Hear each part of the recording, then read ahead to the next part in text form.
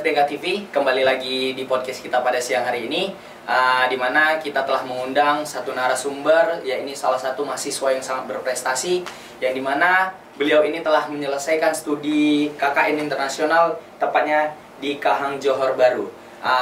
Oke, perkenalkan dulu, nama saya Ananda Al-Zuhri Munte, saya dari Fakultas Dakwah dan Komunikasi, tepatnya Prodi Manajemen Dakwah. Oke, sebelum kita memasuki materi ini, jadi di hadapan kita telah hadir yang kita undang tadi salah satu mahasiswa yang berprestasi, yang telah mengenalkan UIN Sumatera Utara kita ini ke mancanegara, tepatnya di Kahang Johor Bahru. Oke, selamat datang Bang Nafis. Selamat siang. Kami salam hormat kami telah meluangkan waktunya untuk hadir di podcast kami pada siang hari ini. Sebelum kita memasuki tanya-tanya jawab nih Bang kan, jadi mungkin bisalah tolong diperkenalkan dulu mungkin dari sahabat-sahabat, sobat FDK TV, mungkin belum ada yang tahu ini tentang nama Abang, siapa, fakultas Abang dari mana, dan setelah perkenalan nanti kita barulah kita bahas bagaimana kegiatan Abang di sana. Sebenarnya perlu saya perbaiki tadi, saya hanya mahasiswa biasa yang bergerak dari rumah, kuliah, juga ada kegiatan di luar. Kalau dibilang berprestasi, saya rasa saya belum layak lah kalau disebut berprestasi, apalagi tadi sangat berprestasi. Kalau nama saya lengkapnya Ahmad Nafis Isnaini Sagala, mungkin biasa orang bisa memanggil Raja ataupun Nafis. Sebenarnya kalau Raja ini memang kawan-kawan kecil atau kawan-kawan rumah, sebenarnya nggak ada di nama, cuma memang mereka suka manggil saya Raja. Oh, Raja ya Bang? Raja. Okay, karena ada filosofinya itu Bang. Oh, apa filosofinya kalau begitu Bang? Kalau saya kan bermarga Sagala, jadi dalam Sagala itu ada beberapa pembagiannya juga, termasuklah dia Sagala Huta Ruar, Sagala Huta Bagas. Dan kalau kami di keluarga memang sering menyematkan nama Sagala Raja. Jadi saya juga tidak mau menghilangkan nama itu, saya menyebut diri saya Raja. Tetapi bukan berartian Raja yang ada di pikiran orang-orang, Raja ini memang harus dihormati, harus ini. Bahkan saya lebih suka hidup itu dalam kesederhanaan aja, selalu santai, enjoy dan segala macam gitu. Oke, sobat FDK TV, dimana udah kenalkan dengan narasumber kita pada siang ini, yakni Bang Ahmad Nafis Isnaini Sagala. Abang ini berasalkan dari Fakultas Dakwah dan Komunikasi, Prodi Manajemen Dakwah, semester 7 Bang ya? Semester 7 sekarang. Dan insya Allah mungkin satu tahap lagi selesai lah nih Bang ya. Mudah-mudahan satu tahap lagi, kita doakan buat Bang Nafis satu tahap lagi selesai nih. Oke, dan itu kalau misalnya kepanjangan namanya tadi bisa dipanggil tadi Bang Raja ya Bang ya? Oke, Bang Raja. Mulai dari nama saja kita lihat tadi Bang Raja gitu kan, ini sudah memiliki filosofi. Jadi kan kehidupannya ini tidak hanya berjalan dengan lurus, tapi ada yang namanya filosofi tersebut. Oke, Bang. Jadi Bang, kabar-kabarnya kan nih Abang baru pulang nih dari KKN internasional, tepatnya di Kahang Johor Bahru. Oke, mungkin Bang bisalah Bang ceritakan bagaimana, apa sih yang Abang dapatkan di sana, bagaimana kehidupan di sana, bagaimana masyarakat sana terhadap kita gitu Bang. Boleh diceritakan? Kalau pengalaman sebenarnya nggak banyak yang sama ketika kita di Indonesia maksudnya. Karena ketika kita di sana itu menyadarkan kita bahwasanya betapa semangatnya anak-anak yang ingin merasakan pendidikan formal. Jadi saya kebetulan kami di sana kan ditempatkan, kami di sana itu ada sekitar 25 orang. Dalam proses seleksi dari sampai keberangkatan itu ada sekitar 25 orang. Kemudian itu dibagi lagi dari beberapa sanggar bimbingan di sana. Jadi saya juga merasakan beberapa sanggar bimbingan tempat kawan-kawan dan membandingkan bagaimana sih di satu bimbingan dengan bimbingan yang lainnya, bagaimana proses mengajar mereka dan segala macam. Jadi kami di sana itu Bang sadar betul bahwasannya anak-anak Indonesia yang berada di Malaysia itu pengen sekali merasakan pendidikan formal, namun mereka tidak terfasilitasi. Dan alhamdulillah kami di sana memang bekerja sama dengan pihak kedutaan Republik Indonesia yang berada di sana, dan mereka mensupport untuk hal itu. Makanya kami punya cita-cita dalam diri sendiri, bahwasanya bagaimana caranya anak-anak ini bisa merasakan pendidikan formal. Terakhir adalah solusi dari KBRI, mereka mau menyelesaikan studi anak-anak Indonesia yang orang tuanya bekerja di sana untuk selesaikan sekolah dasar kemudian masuk ke sekolah menengah, dia dipulangkan ke Indonesia. Gitu jadinya. Oh jadi Bang, di Kahung Johor ini, Kahung Johor baru ini mayoritasnya orang Indonesia berarti Bang ya? Iya, makanya konsep kami diberangkatkan ke sana. Kami ini hadir bukan untuk mengajari anak-anak Malaysia, tapi kami ini hadir untuk mengajari, mendidik anak-anak Indonesia yang orang tuanya kerja sebagai TKI di sana.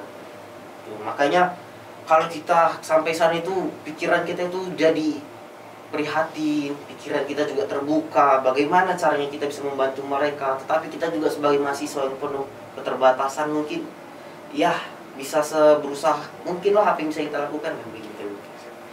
Oke Bang, tadi kan itu kita udah mengulik bahwasannya di Kahung Johor ini terdapat banyak yang namanya orang Indonesia di situ, dan orang Abang situ sudah melihat keadaan masyarakat Indonesia yang berada di negara orang. Mereka memiliki keprihatinan yang harus dipantau, yang keprihatinan yang harus betul-betul ditujukan lah gitu Bang ya. Oke, jadi Bang, sedikit Bang. Jadi sebagai kami sebagai mahasiswa, mungkin ketika tahun depan nanti ada pembukaan. Oke Bang, mungkin Bang daerah sana cuaca berbeda sama sini kan Bang. Oke, jadi di sini Bang, kami ingin menanyakan, mungkin bisalah Abang kasih trik atau bukan trik sih, mungkin ketika kami nanti ingin melanjutkan studi seperti Abang ini, melaksanakan KKN internasional tepatnya di Malaysia atau di negara lain nanti, itu mungkin apa-apa saja sih yang harus kami persiapkan dan harus kami matangkan. Iya. Apa-apa saja yang harus kami siapin dan apa-apa saja yang harus kami matangkan gitu Bang. Kalau kami kemarin kan kebetulan kami ini KKN yang International Living Su ini perdana. Jadi kemarin ada beberapa tahapan. Yang pertama itu memang nanti kita itu diurus oleh pihak LP2M. LP2M itu kan Lembaga Penelitian Pengembangan Masyarakat Winsu Sumatera Utara. Jadi mereka nih yang langsung Bang menyeleksi kita dengan persyaratan kita. Yang pertama itu ada mengisi Google Form-nya. Mereka itu memiliki Google Form dan mereka itu sudah canggih. Makanya pakai Google Form itu juga memudahkan kita kan mengakses data, berkas segala macam. Di dalam berkas itu banyak sekali yang diminta mereka untuk kita. Karena ini perdana dan mereka mau yang terbaik dari yang perdana ini. Dan alhamdulillah itu berjalan dan mereka sukses untuk melaksanakan kegiatan ini. Jadi ada beberapa hal memang kalau pesan saya untuk adik-adik mungkin di tahun depan atau tahun berikutnya ingin melaksanakan KKN internasional harus dipersiapkan dari sekarang. Jadi jangan seperti saya sedikit cerita pengalaman. Jadi saya itu untuk menyelesaikan berkas untuk pendaftaran KKN internasional ini terlalu terburu-buru kalau saya bilang. Kenapa terlalu terburu-buru? Karena saya waktu itu belum memiliki sertifikat TOEFL. Yang mana sertifikat TOEFL ini kan kita perlukan untuk mendaftar seperti ini, itu kita harus ujian lagi, harus mendaftar lagi, dan ini memakan waktu. Dan juga itu juga yang ditekankan dari LP2M, kita sebagai mahasiswa kan ada tugas mata kuliah yang disuruh membuat jurnal, kemudian dipublis. Dan itu saya rasa memang wajib kita miliki sebagai mahasiswa. Karena ini sebagai salah satu syarat untuk kita daftar KKN internasional ini. Kalau untuk jurnal yang bersinta, mungkin itu bisa toleransi, itu bisa ada nilai plus, nilai tambahan, misalnya yang sinta 3 atau 4 dan 5 gitu. Jadi itu aja pesan saya. Jadi jangan sampai terulang seperti saya, terlalu terburu-buru, jadi nampaknya tergesa-gesa. Ya walaupun dalam perjalanannya ada enak dan nggak enaknya, tapi harus lebih prepare kita untuk ke depannya. Oke. Itulah Sobat FDK TV. Itu tadi udah disampaikan bagi sobat-sobat yang ingin melakukan yang namanya KKN internasional ini. Mungkin sobat-sobat mulai dari sekarang lah sudah bisa ini namanya mempersiapkan bagaimana apa itu TOEFL, ya bagaimana cara penulisan jurnal itu tadi. Karena itu mungkin yang seperti sudah disampaikan oleh narasumber kita ini, beliau ini sangat terburu-buru ibaratnya tadi, karena belum ada persiapan yang seperti sertifikat TOEFL belum ada, bagaimana penulisan jurnal itu sudah dipahami, tetapi belum ada apa tujuannya gitu Bang. Oke, jadi mungkin tadi ada pesan dari Bang Nafis bagi sahabat-sahabat semua, tolong kita untuk lebih semangat, giat untuk menggapai ini tadi, dan untuk bagi yang kita ingin melaksanakan yang namanya KKN internasional ini tadi harus kita matangkan mulai dari sekarang. Iya, benar. Oke bang, jadi bang di sini kita kan bang di sana kan itu kita udah berbeda negara ini bang. Iya. Oke, berbeda negara. Jadi bang untuk masalah kita dari sini kan itu kita melaksanakan 1 bulan lebih ya bang. 1 bulan ya. 1 bulan. Oke, 1 bulan melaksanakan KKN internasional di Kahang Johor Baru ini. Jadi kami bang timbul lagi bang satu pertanyaan nih bang dari sobat-sobat FDK TV ini. Ketika kita selama 1 bulan di sana, itu bagaimana bang kita tempat tinggalnya, keberangkatan kita itu iya, seperti benar, apa? benar. Dan itu pasti ada mungkin timbul ketakutan nih. Oh itu beda negara. Berapa sih Ya, dana yang harus benar, kita benar, siapkan benar, untuk benar, ini benar. semua gitu?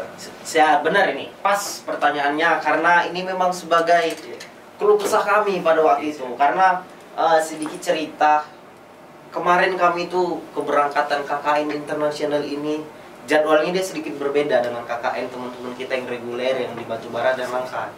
Jadi kemarin kita agak sedikit dilema karena kabar-kabarnya kita saat menjalankan KKN internasional teman-teman itu udah masuk ke dalam kelas, udah memulai perkuliahan aktif. Jadi kita ini sebenarnya kemarin itu ada ketakutan atau ada sedikit kekesalan dalam hati.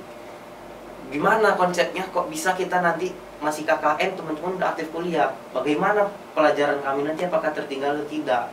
Selain itu juga kita kan perlu memastikan bahwasannya kita ini ikut KKN internasional memang benar-benar difasilitasi nggak oleh dosen-dosen di kampus, yang mana absen kita nanti itu dibuat seperti apa.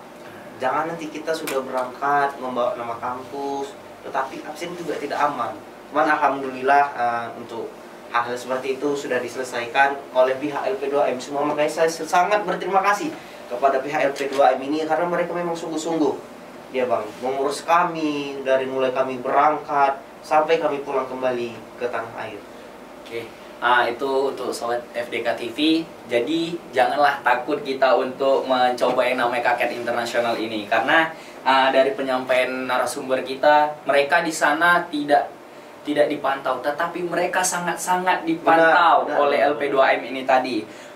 Mari kita, bagi kita yang ingin melaksanakan yang namanya KKN internasional ini, maka itu dari kita harus dari sekarang kita siapkan dan kita matangkan dan kita harus benar-benar tahu apa tujuan kita. Karena pengurusan ini untuk KKN internasional ini saya dengar itu tidak mudah ya bang ya. Ya, kurang lebih seperti itu. Itu bang untuk ujiannya itu apa saja bang itu? Mungkin kan gimana tuh? Sobat-sobat FDK TV ini belum tahu nih. Apa-apa saja kan tadi ada abang bilang nih persyaratannya TOEFL, sertifikat. Jadi itu bang kan itu sebagai syarat. Mungkin apakah ada kan karena ini bang yang KKN internasional ini otomatis mahasiswa dan mahasiswi yang terpilih gitu kan, yang dipilih dari yang baik yang menjadi terbaik gitu kan. Itu apa saja bang tingkatan bagaimana tes untuk mencapai itu tadi, apa saja tesnya gitu bang? Kalau yang pasti itu dia ada beberapa tahap itu kita harus melengkapi yang wajibnya. Pertama, kita sebagai mahasiswa kita juga harus memenuhi SKS yang telah ditentukan LP2M. Jadi untuk yang mahasiswa KKN pada tahun ini, mahasiswa KKN itu seminimal mungkin dia harus sudah menjalani 100 SKS. Terus kemudian untuk KKN internasional kita juga harus dituntut sudah memiliki paspor yang aktif. Jadi pihak LP2M itu dia tidak mau menanggulangi pengurusan paspor kita. Jadi kita sudah harus ready duluan. Makanya tadi saya katakan kita tuh persiapannya harus sudah ada dari sekarang. Kalau kita punya niat untuk KKN internasional nantinya. Kemudian itu 2 hal yang wajib. Kemudian ada beberapa dokumen pendukung. Seperti tadi yang saya sebutkan, kita itu harus memiliki sertifikat TOEFL atau IELTS atau ada itu salah satu lupa saya namanya. Dia bahasa Arab. Nah, itu juga menjadi salah satu nilai pendukung. Kemudian ada juga jurnal tadi yang saya katakan. Jurnal itu juga menjadi sebagai salah satu nilai plus bagi kita untuk pendaftaran itu. Karena ini nanti dinilai semua sama mereka. Kemudian ada salah satu syarat dokumen yang membuktikan kita itu memiliki atau mempunyai bakat di bidang kesenian. kesenian ini bisa kita di seni musik, seni tari, literasi puisi, membaca dan lainnya. Dan itu semuanya harus dibuktikan dengan sertifikat. Makanya kita tuh harus prepare dari sekarang semuanya. Oke, tadi berarti kita Bang bagi sobat-sobat FDK TV mungkin yang memiliki bakat yang banyak, sertifikat yang berlimpah di rumah itu dapatlah disimpan. Benar-benar, karena ini Bang, saya yakin mahasiswa-mahasiswa FDK ini banyak sekali yang prestasinya itu menjulang di luar. Namun mereka karena keterbatasan informasi ataupun keterbatasan pergaulan, sehingga mereka tidak menyampaikan prestasi mereka itu ke jurusan kita. Apalagi saya sangat mendukung keras program Ibu Rektor kita, yang mana beliau sudah mendeklarasikan bahwasanya UINSU itu unggul. UINSU harus unggul walaupun kapan pun waktunya. Yang penting kita harus sama-sama memperjuangkan UINSU harus unggul. Jadi kalau Ibu Rektor sudah memiliki ambisi yang besar seperti itu, kita khususnya mahasiswa Fakultas Dakwah juga harus memiliki ambisi yang besar untuk dakwah ini. Jadi kita harus menyatakan juga, memberanikan diri bahwasanya FDK harus unggul. Ya walaupun dicicil dari satu-satu prodi, ya sudah membantu lah.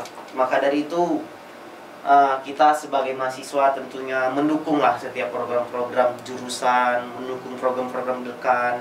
Karena hari ini pimpinan kita, Bapak Dekan dan jajarannya sudah mengusahakan sangat keras bagaimana Fakultas Dakwah ini dapat lebih berkembang dan berkualitas lagi ke depan. Oke, berarti pesan dari tadi Bang Hafiz itu untuk selalu semangat dan selalu tahu tujuan ya Bang ibaratnya. Oke. Karena alhamdulillah sekarang ya, Universitas UIN Islam Negeri Sumatera Utara ini sekarang udah menjadi unggul ya Bang ya. Belum unggul. Tetapi cuma sudah Ibu Rektor sudah mencita-citakan. Makanya kita harus dukung penuh ini cita-cita. Jadi mungkin dari KKN internasional ini juga menjadi tambahan nilai plus untuk membantu UIN kita ini menjadi unggul. Oke. Jadi Bang di sini kan itu tadi kita Bang di Malaysia tadi, di tepatnya di Malaysia tadi ya Bang KKN melaksanakan KKN. Jadi Bang ini bagaimana tentang kita sosialisasi ke masyarakatnya? Karena otomatis kan mereka situ sudah memakai bahasa otomatis tidak memakai bahasa Indonesia secara normal gitu. Mereka memakai bahasa Melayu. Ya. Apakah ada kesulitan Abang dari untuk seperti sosialisasi kepada masyarakat, sosialisasi kepada anak-anak di sekitar gitu? Itu apakah ada kesulitan gitu? Sebenarnya karena saya kan baru pertama kali ke sana, jadi begitu kami sampai di sana kemarin waktu itu, saya dengan begitu pedenya bersama teman kami ada 2 orang, salah satu teman saya ini perwakilan dari Fakultas Tarbiyah. Kami itu dengan PD-nya membawa bahasa yang udah kami pelajari. Jadi kami dulu, saya khususnya waktu kecil itu memang sering nonton Upin Ipin. Nah, jadi dalam film Upin Ipin ini kan dia bahasanya sudah bahasa Melayu. Jadi kami pikir yang ada di Upin Ipin itu bisa kami pakai saat ada di sana. Jadi begitu datang kami sampai di sana gitu kan, turun dari jemputan menuju ke desa masing-masing, kemudian disambut sama warga desa sana yang kami tinggali rumahnya. Dengan PD-nya kami pakai bahasa Melayu pada waktu itu. Padahal kami maksudnya biar lebih akrab. Namanya kita juga sebagai pendatang harus lebih sopan dari yang mendekatkan diri lah. Mendekatkan diri dari orang yang punya rumah. Jadi kita kemarin itu pakai bahasa Melayu, bahkan kita sendiri nggak tahu artinya sebenarnya. Oke. Jadi kita sok asik aja kemarin.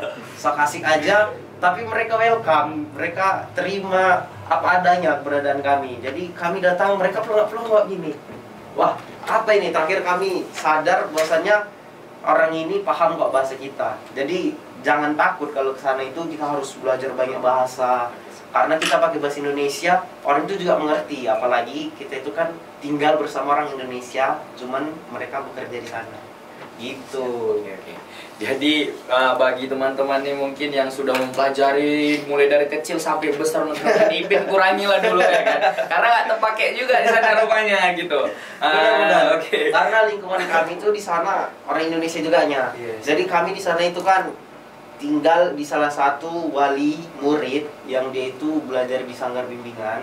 Namun dia karena terkendala jarak yang jauh dengan sanggar bimbingan yang disediakan oleh KBRI, Islam ini kuliah ya dia sekolahnya itu online melalui Zoom atau Google Meet. Jadi kami yang berkesempatan hadir KKN dari UINSUI ini didatangkan langsung ke rumah mereka.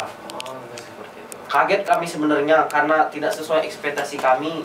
Bahwasannya ini lebih baik dan lebih banyak memberikan kami pengalaman. Kenapa kami katakan begitu? Karena mereka ini kan seorang pekerja. Jadi tidak ada waktu kami tuh untuk berleha-leha. Jadi kita itu terus ada program, terus disodorkan program-program. Bahkan kita itu sampai ikut ke kebun mereka. Mereka ini aktif dia di kebun sawit. Kebun sawit. Nah, jadi mungkin tadi Bang bilang kan bahwasanya kita tidak expect dengan yang kita pikirkan dengan kejadian dengan realita ini tadi. Jadi Bang tadi kan kita sudah bilang bahwasanya mereka itu melaksanakan dari Zoom meeting dan kehadirannya kita tadi itu kita langsung diterjunkan untuk mendampingi adik-adik itu untuk belajar ya Bang. Oke Bang, faktor kenapa dijadikannya itu seperti Zoom meeting, kenapa tidak memasuki di dalam masuk dalam ruangan kelas seperti kita di Indonesia? Itu kenapa Bang? Apa faktornya? Faktornya pertama tadi karena keterbatasan jarak. Jadi saya mau sampaikan sebelumnya, jadi pihak KBRI saat ini itu sudah sukses menyebar sebanyak 64 sanggar bimbingan. Dari sanggar bimbingan ini bergerak untuk memberikan pendidikan kepada anak-anak Indonesia yang tidak dapat menjalani pendidikan formal di sana. Jadi 64 sanggar bimbingan ini juga ada pengelolanya masing-masing, dan pengelolanya ini juga tentu orang masyarakat Indonesia yang bekerja di sana dan memiliki pengetahuan di bidang pendidikan. Jadi kenapa yang kebetulan yang kami datangin ini dia tidak bersama dengan teman-teman di sanggar bimbingan, karena keterbatasan jarak tadi. Orang tua mereka juga, ya kita tahu keberadaan orang pekerja kan, apalagi sampai kerja di sana mungkin hidupnya biasa saja. Karena keterbatasan jarak, dia tidak bisa digabung di sanggar bimbingan teman-teman yang lain. Cuma yang saya salutkan satu dari pendidikan orang tua mereka. Mungkin saya nggak tahu ya, karena di sana saya kumpulnya itu bareng orang Lombok. Jadi saya di sana itu semua ada warga-warga Lombok. Sekitar ada 20 keluarga orang Lombok. Berarti mayoritas itu dari Lombok lah. Seperti yang kita tahu, Lombok Tengah itu Bang, itu memang dia kuat dengan pendidikan khususnya di keagamaan. Jadi mereka itu walaupun anaknya ini tidak bisa merasakan pendidikan formal, anaknya itu tetap dileskan privat. Itu bergabung sama orang Cina. Karena di sana memang banyak juga itu orang Cina. Tetapi orang Cina yang bekerja keras, orang Cina yang dia memang warga negara sana, dan mereka punya kebun dan tidak zalim lah dengan orang lain. Jadi mereka itu memang berbaurnya dengan orang Cina gitu. Oke. Jadi Bang, tadi kita sudah banyak membahas dari mulai bagaimana tahapan-tahapan yang harus kita siapkan untuk mencapai yang namanya KKN internasional ini. Selanjutnya bagaimana ketika keberangkatan nanti. Minum boleh ya? Boleh Bang, silahkan diminum Bang ya. Oke. Jadi Bang sambil minum nih Bang, sambil kita sembaringin lah Bang ya. Jadi mungkin dari situ tadi udah bagaimana keberangkatan, bagaimana situasi di sana, bagaimana respon masyarakat tersebut. Baru Bang inilah timbul lagi nih Bang pertanyaan mungkin dari sobat FDK TV ini. Mereka itu pasti Bang kita memikirkan tadi yang masalah dana tadi Bang. Kan tadi belum ada dijelaskan nih. Itu menggunakan dana pribadi atau ada akomodasi dari kampus gitu Bang. Kalau bicara soal dana sebenarnya ini ya agak sedikit privasi ya. Tapi kalau dari UIN sendiri kita itu memang ada disediakan dari UIN itu ongkos tiket. Jadi selama perjalanan kita pulang pergi itu ada diberikan oleh pihak UIN. Dan kita UIN juga pandainya UIN, dan saya sangat bangga dengan UIN. Kenapa? Kita itu di sana tidak hanya kerjasama mengantarkan kita sebagai mahasiswa KKN untuk pengabdian di sana, tetapi juga mereka menjalankan kerjasama. Salah satu kerjasama yang dapat kami rasakan, mungkin ini tidak terlalu berdampak besar untuk mahasiswa yang lain, tapi ini berdampak besar dengan kami karena ini membantu. Ya ini apa? Makan gratis. Jadi kami di sana itu Bang, selama KKN selama 28 hari, kami alhamdulillah kalau untuk konsumsi makanan itu sudah ada yang menanggung dan sudah ada yang memberikan. Jadi kami untuk biaya untuk teman-teman mungkin tahun depan dan berikutnya ingin ikut KKN internasional, jangan takut. Karena UIN tidak akan melepas mahasiswanya untuk lontang-lantung di negara orang. Oke, jadi tadi Sobat FDK TV, jadi jangan takut kita bahwasanya untuk mencapai KKN internasional itu sudah disediakan oleh pihak kampus untuk keberangkatan kita, tempat tinggal kita, bahkan sampai makan kita pun sudah dipikirkan sama pihak kampus. Sangat berterima kasih kali kita kepada kampus tercinta kita ini, karena tidak hanya hal yang besar saja dipikirkan, tetapi sampai hal kecil saja sudah dipikirkan oleh kampus kita ini. Oke Bang. Jadi Bang, untuk masalah tadi Bang kita udah membahas tentang keberangkatan, akomodasi sudah kita bahas, semua itu udah kita bahas. Jadi Bang, timbullah tadi tujuan kita dari kampus ini untuk memperkenalkan UIN kita ini, UIN Sumatera Utara kita ini ke mancanegara. Jadi Bang, bagaimana sih Bang terakhir itu sedikit saja mungkin dari Abang, bagaimana responsi dari masyarakat tentang kehadiran kita di situ? Bagaimana, apakah mereka sangat mendukung program kita ini? Kalau yang dari kami nilai, karena kami kan terjun langsung ke lapangannya, khususnya dari kelompok saya, itu memang kalau saya memang kurang rasakan, karena kita di sana juga kan berkumpulnya dengan orang-orang pekerja. Jadi waktu mereka untuk berbaur dengan kita itu sedikit. Mereka itu bekerja di sana pukul 7 pagi, mereka sudah harus ada di ladang, di kebun. Dan biasanya mereka pulang itu paling cepat azan maghrib. Jadi sepanjang dari jam 7 sampai azan maghrib, di satu kampung itu sepi, hampir tidak ada orang kecuali perempuan dan anak-anak. Jadi kalau untuk berbaur, kita mungkin memang ada keterbatasan. Tapi kalau untuk respons dari mereka itu sangat mendukung program kita. Dan mereka itu senang dengan kehadiran kita, karena mereka merasa bahwasanya mereka itu dipantau untuk kebaikan dan kesejahteraan mereka oleh pemerintahan Indonesia. Jadi kalau kami lihat, kami itu kemanapun kami berjalan itu selalu ada nanti yang menyapa, menegur. Dan di sana kebiasaannya itu Bang, kalau kita kan biasa bertegur sapa orang di jalan, di kendaraan itu motor misalnya kan. Kalau kita bertegur sapa itu klakson. Kalau mereka itu klakson itu dianggap marah. Jadi kalau kita udah membunyikan suara klakson kendaraan, itu artinya kita marah. Makanya kalau mereka itu bertegur sapanya, say hello, langsung nih angkat tangan, halo, hai. Dan mereka itu juga suka memudayakan sebelum meninggalkan perbincangan kita gini, mereka itu menyebutkan bye bye gitu.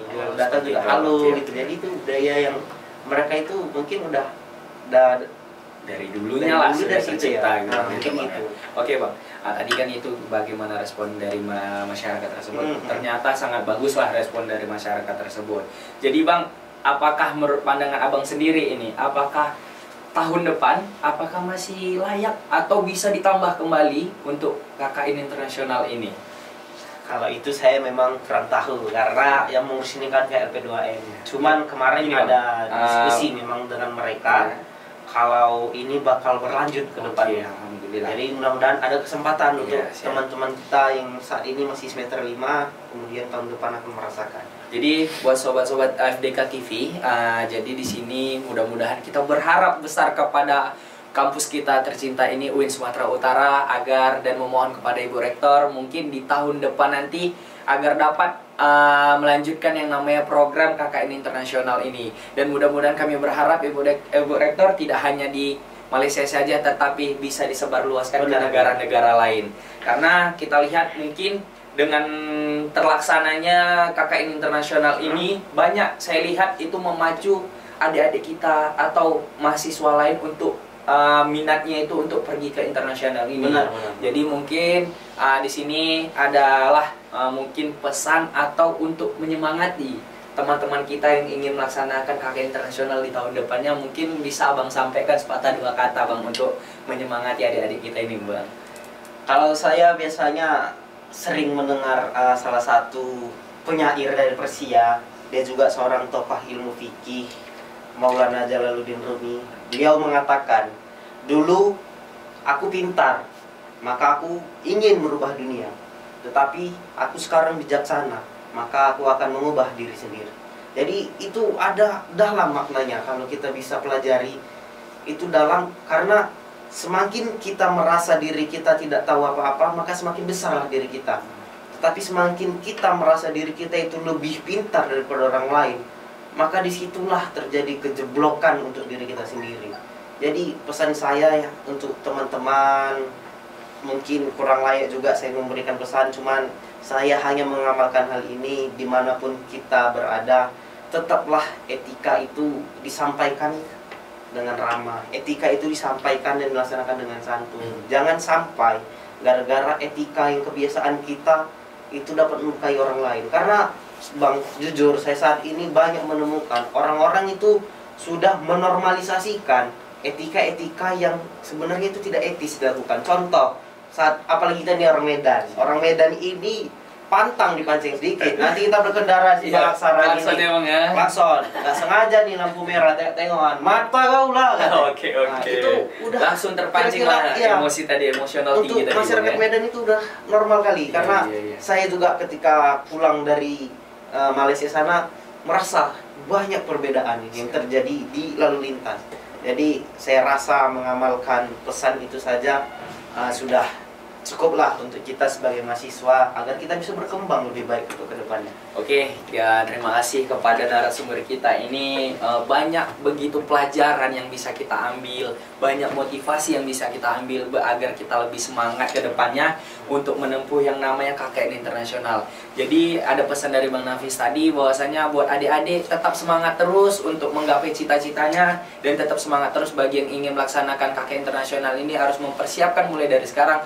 Mulai dari TOEFL, kesiapan diri, kesiapan jasmani kita untuk menghadapi bagaimana mayoritas kehidupan di sana. Dan di sini kami ucapkan terima kasih kepada Bang Nafis yang telah meluangkan waktunya, yang mungkin ada planning lain dan sudah rela meninggalkan planning itu demi podcast kita, undangan kita pada siang hari ini. Kalau ada seperti ini sebenarnya pun saya segan untuk hadir dan datang bersama ini, karena saya rasa belum ada apa-apanya saya deh, masih biasa-biasa aja, bahkan masih banyak lebih hebat di fakultas dakwah ini. Oke, terima kasih Bang atas cerita kita hari ini, motivasi hari ini, bagaimana Abang melaksanakan di sana, bagaimana kegiatan di sana, dan kami perwakilan dari mahasiswa sini kami berharap ya mungkin program KKN internasional ini akan tetap berlanjut ke depannya. Mungkin tidak hanya di Malaysia tetapi bisa ke mancanegara lainnya. Kami berharap begitu besar untuk kampus kita tercinta ini. Jadi kami ucapkan terima kasih kepada Bang Nafis yang telah terima kasih kembali sudah menghadirkan saya di sini bersamai. Cuman tadi saya rasa kalau ada kata-kata yang tidak pantas ya mohon dimaklumi. Saya juga masih belajar, seorang mahasiswa biasa. Cuman tadi saya ada lupa ketinggalan ingin menyampaikan juga untuk teman-teman bahwasannya ketika kita ingin melakukan sesuatu, lakukanlah, jangan pikirkan apapun kata orang lain yang itu akan menjatuhkan mental kita, tapi lakukanlah sebaik mungkin yang kita rasa itu baik untuk kita dan umat. Itu saja. Oke, kami ucapkan terima kasih juga kepada Ibu Rektor dan jajarannya seperti LP2M yang telah melaksanakan KKN internasional ini dengan baik, dan melaksanakan KKN internasional ini tidak hanya memperhatikan keberangkatan tetapi bagaimana kehidupan mahasiswa yang telah disampaikan di Malaysia ini, bagaimana kehidupan mereka itu sudah diperhatikan. Kami ucapkan terima kasih kepada Ibu Rektor dan kepada LP2M yang telah berusaha keras untuk memperhatikan yang namanya mahasiswa dan mahasiswi yang telah sampai di sana. Oke, demikian kami dari FDK TV. Mungkin dari sini mengakhiri dari podcast kita siang hari ini.